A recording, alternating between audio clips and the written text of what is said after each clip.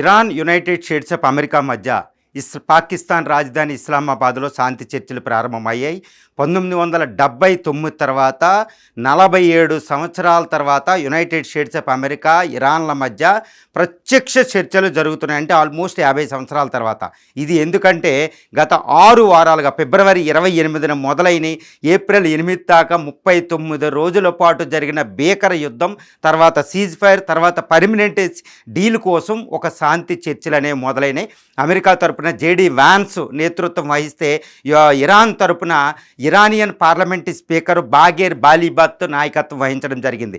ఈ చర్చలు 21 గంటలు ఒక సుదీర్ఘమైన చర్చలు. అంటే శనివారం మొదలైన ఈ చర్చలు రాత్రి పగలను లేకుండా 21 నుండి 24 గంటల పాటు ఇస్లామాబాద్లో సెరీనా హోటల్లో ఈ చర్చలు శాంతి చర్చలు జరిగినాయి.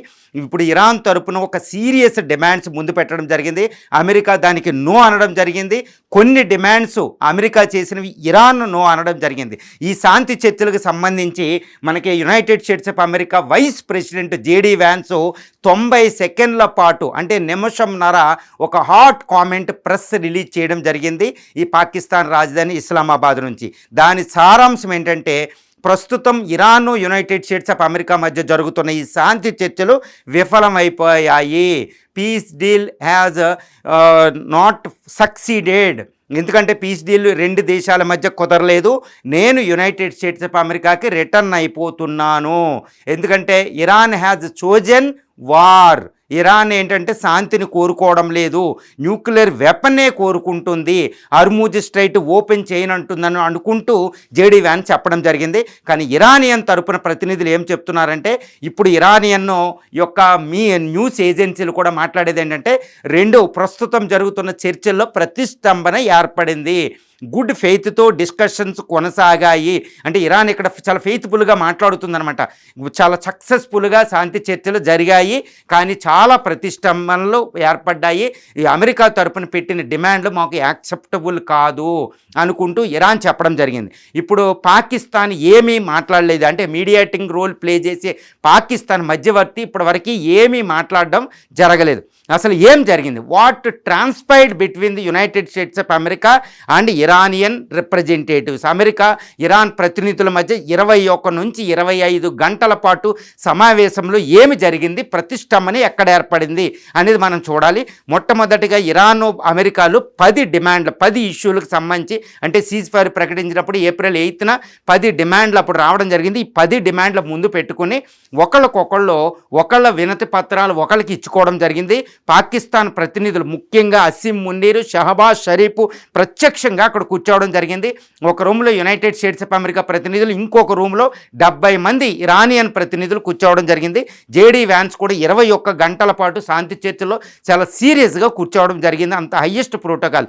ఇరానియన్ తరపున కూడా Iranian parliament speaker Mohammad Araghchi అంటే ఇరానీ విదేశాంగ శాఖ మంత్రి కూడా చాలా సీరియస్గా అక్కడ కూర్చోవడం జరిగింది.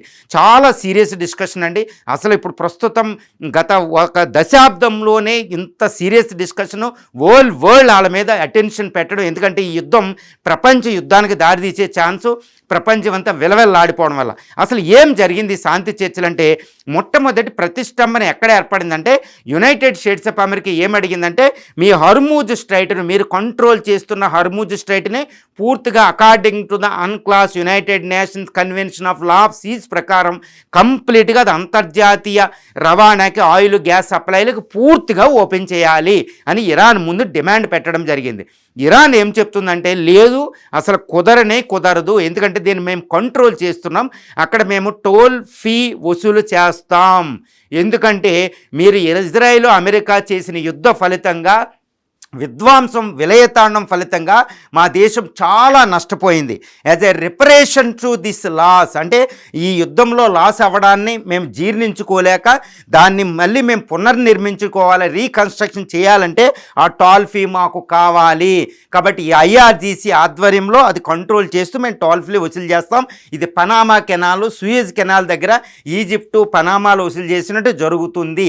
దీనికి మీరు ఒప్పుకోవాలంటే యునైటెడ్ స్టేట్స్ ఆఫ్ అమెరికా ససేమిరా అని చెప్పడం జరిగిందనమాట. ఎందుకంటే హర్ముజ్ స్ట్రైట్లో ఇరాన్కి ఆ కంట్రోల్ ఇస్తే యునైటెడ్ స్టేట్స్ ఆఫ్ అమెరికా అన్క్లాస్ కాదండి. రేపు పొద్దున్న చైనా సౌత్ చైనా సీ దగ్గర అలా పెడితే ఒప్పుకోవాల్సిన పరిస్థితి వస్తే అసలు యుఎస్ డామినేషనే ఉండదు. యుఎస్ నో, అబ్జల్యూట్లీ నో అని చెప్పడం జరిగింది. అదే జేడీ వ్యాన్స్ ఇప్పుడు మనకి చెప్పడం జరిగింది. అంటే హర్ముజ్ స్ట్రైట్ దగ్గర ప్రతిష్టంభన. ఇక రెండవ ప్రతిష్టంభన ఎక్కడ ఏర్పడిందంటే nuclear programme, Iranian nuclear programme. Iran ఏం చెప్తుంది, ఇప్పుడు వరకే మా దగ్గర ఉన్న 450 కిలోలు ఇంకో 6000 కిలోలు, ఈ 6000 కిలోలని 20% శుద్ధి చేసాం, 450 కిలోలని 60% శుద్ధి చేసాం. ఇక ఈ శుద్ధి అనేది సెంట్రిఫ్యూజెస్ ద్వారా U-239 ఇది శుద్ధి చేయడం అనేది మా చేతిలోనే ఉండాలి. న్యూక్లియర్ ప్రోగ్రామ్ ఆ అనుభవం కోసం ఇప్పుడు వద్దు, మాట్లాడొద్దంది. అది యునైటెడ్ స్టేట్స్ ఆఫ్ అమెరికా ఏం చెప్తుందంటే ఈ శుద్ధి అనేది ఇది కూడా అయ్యే మా ఆధ్వర్యంలో కొనసాగాలి, మీరు అణుబాంబు అబ్జల్యూట్గా ఉండడానికి వీలు లేదు. ఈ శుద్ధి కార్యక్రమం కూడా అంటే రేడియో ధార్మికత ఇదంతా సంబంధించిన శుద్ధి కూడా ఇంటర్నేషనల్ మా ఆధ్వర్యంలో మీకు ఇన్స్పెక్షన్ జరిగితే అంటే అక్కడ కూడా ప్రతిష్టంభన ఏర్పడింది. అంటే ఏంటి, ఇప్పుడు ప్రస్తుతం హర్ముజ్ స్ట్రైట్ దగ్గర ఇరానియన్ హర్ముజ్ స్ట్రైట్ని కంట్రోల్ చేయడం దగ్గర, తర్వాత ఇరానియన్ న్యూక్లియర్ ప్రోగ్రామ్ దగ్గర ప్రతిష్టంభన ఏర్పడింది. ఇక మూడో విషయం, ఇప్పుడు దాకా మనకి కొన్ని చెప్తున్నారు కొన్ని చెప్పడం లేదు. ఇక మూడో ప్రతిష్టంభన ఇప్పుడు ఇంటర్నేషనల్ న్యూస్ ఏజెన్సీస్, ఎస్పెషల్లీ ఏంటంటే ఇక్కడ పాకిస్తాన్లో న్యూస్ ఏజెన్సీని అంతా కంట్రోల్ చేయడం జరిగింది. గాగ్ ఆర్డర్ అనేది పాకిస్తాన్ ఇష్యూ చేయడం జరిగింది. కేవలం న్యూస్ 18 CNN అమెరికాకు సంబంధించినవి మాత్రమే ఇక్కడ ప్రత్యక్షంగా అలౌ చేయడం జరిగింది, అన్నిటిని అలౌ చేయలేదు. కానీ ఆల్ జజీరా, తర్వాత గ్లోబల్ టైమ్స్, మిగిలినవి, తర్వాత ఆర్టీ, ఇవన్నీ కూడా వాళ్ళు కూడా మనకు పబ్లిష్ చేసే విషయాలను బట్టి ఏంటంటే ఇప్పుడు ఇరాన్ ఇంకొక డిమాండ్ పెట్టడం జరిగింది. ఎట్టి పరిస్థితుల్లో హిజ్బుల్లా, హౌతీ వీటి మీద కూడా ఇజ్రాయెల్ అటాక్ చేయకూడదు, అది కూడా ఈ శాంతి ప్రతిపాదనలు ఉండి తీరాల్సిందే. అమెరికాకి ఇరాన్ ఒక వార్నింగ్ ఇవ్వడం జరిగింది. ఇజ్రాయెల్ ఫస్ట్ అనే వ్యూని మీరు ఆపుకోవాలి, you should shed the Israel first view, తీసి ఇరానియన్ ఫస్ట్ అనేది మీకు రావాలి, మాతో అమెరికా ఫస్ట్ పెట్టుకోండి, ఇజ్రాయెల్ ఫస్ట్ పెట్టుకోకండి అనేది చెప్పడం జరిగింది. అంటే అమెరికా మీరు డిస్కస్ చేయండి, ఇజ్రాయెల్ ముందు పెట్టుకుని ఉన్నా లేకపోయినా దాన్ని పెట్టుకున్నారనుకోండి ఇజ్రాయెల్ యుద్ధాలు చేస్తూ ఉంటుంది, ఇది పెట్టుకుంటేనే ఇది సక్సెస్ అవుద్దని చెప్పడం జరిగింది. మరి ఇంతటి ప్రతిష్టంభన ఏర్పడింది. నేను చెప్తున్నాను 1979 ఇరానియన్ ఇస్లామిక్ రెవల్యూషన్ తర్వాత ఇరాన్లో మొట్టమొదటి 47 సంవత్సరాల తర్వాత ఇటు అమెరికా ఇటు ఇరాన్ ప్రతినిధులు ప్రత్యక్షంగా డిస్కషన్ చేయడం జరిగింది. ఇప్పుడు సెరీనా, ఇస్లామాబాద్లో ఈ సెరీనా జరుగుతున్న ఈ డిస్కషన్లో మొట్టమొదటి ఒక 7-8 గంటల పాటు ఇరానియన్ ప్రతినిధులు ఒక రూమ్లో ఉంటే, అమెరికా ప్రతినిధులు జేడీ వ్యాన్స్ ఆధ్వర్యంలో ఒక రూమ్లో ఉంటే, మధ్యలో అసీం మున్నీరు, షహబాజ్ షరీఫ్ ప్రత్యక్షంగా, తర్వాత అమెరికా యొక్క డిప్లొమాట్స్, ఇరానియన్ డిప్లొమాట్లు ఒకరికొకళ్ళు వెళ్తూ వీళ్ళకి చెప్పడం జరిగిందనమాట, మధ్యలో వారధిలాగా. తర్వాత కొన్ని 10 గంటల తర్వాత ఇద్దరు, ఇటు జేడీ వ్యాన్స్ ఇటు ఇరానియన్ పార్లమెంట్ స్పీకరు అరాక్చి ప్రత్యక్షంగా మీట్ అవ్వడం జరిగింది. సో ఇది ఒక గుడ్ స్టెప్ అని చెప్పవచ్చు.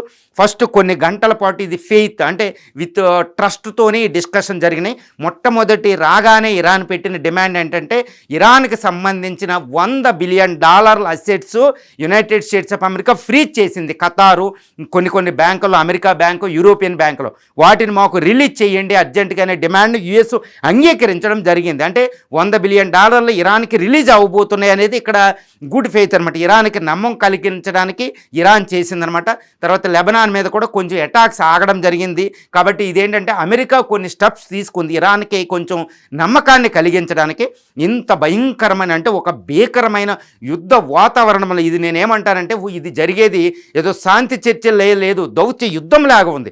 అసలు United States of America, Israel ఒక పక్కన, ఇరాన్ ఒక పక్కన భయంకరమైన భీకర యుద్ధం చేసిన దానికంటే ఈ దౌత్య యుద్ధం అంత ఉత్కంఠ రేపిపోతుందనమాట. World is looking at the Islamabad ఏమి జరుగుతుందని. బట్ జేడీ వ్యాన్స్ ఏమంటున్నారంటే నేను పీస్ డిస్కషన్ ఫెయిల్ అయినాయి కాబట్టి I'm leaving for the Washington, నేను మళ్ళీ వాషింగ్టన్ వెళ్ళిపోతున్నాను, ఇక్కడ నా పని అయిపోయింది. Iran has chosen the war not peace అనుకుంటూ తీవ్రమైన ఆరోపణ చేయడం జరిగింది. Iran is seeking for the nuclear weapon, nuclear programme శాంతియుతం అనేది మాట్లాడడంలో తీవ్రమైన ఆరోపణలు చేయడం జరిగింది. ఇరాన్ ఏం చెప్తుందంటే ఈ పీస్ డిస్కషన్స్ ఫెయిల్ అవ్వడానికి కారణం హర్ముజ్ అమెరికా బండగా వ్యవహరించడం అని చెప్తుంది. మరి ఏం జరగబోతుంది అనేది పక్కన పెడితే మరి ఈ శాంతి చర్చలు ఇప్పుడు కేవలం 24 గంటలు అంటే ఈ ఏప్రిల్ 28 నుంచి సీజ్ ఫైర్ ఉంటే ఏప్రిల్ 22 దాకా సీజ్ ఫైర్ ఉండబోతుంది. కాబట్టి శాంతి చర్చలకి ఇంకా అవకాశం ఉంది. ఇది ముగిసిపోలేదు. This is the first round, but first round is absolutely failed.